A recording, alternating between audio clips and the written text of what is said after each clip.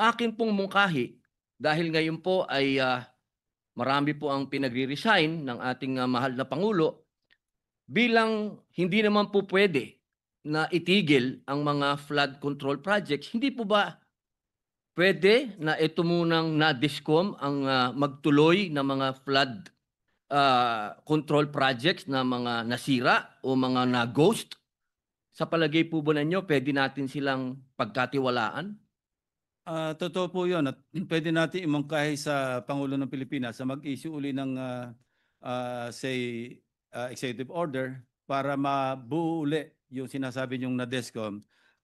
In fact, meron tayong engineering brigade 'no, capable naman po sila na magsagawa ng mga development projects, infrastructure projects, school buildings, even roads ano, kaya nila 'yan.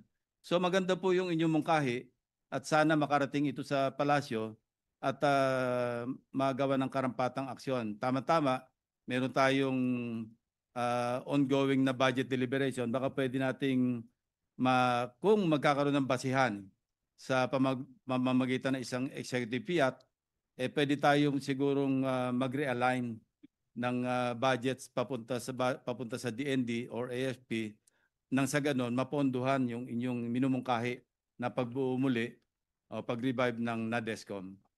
Yun lang po, mahal naming, tagapangulo, sapagkat sa akin pong paniwala, matagal po ito sigurong adjustment natin dahil, marami nga pong pinagre-resign, baka maantala po yung mga proyekto na flood control. Mainam po sana ipagkatiwala muna po natin sa AFP dahil sila po ang pinagkakatiwalaan ng ating taong bayan.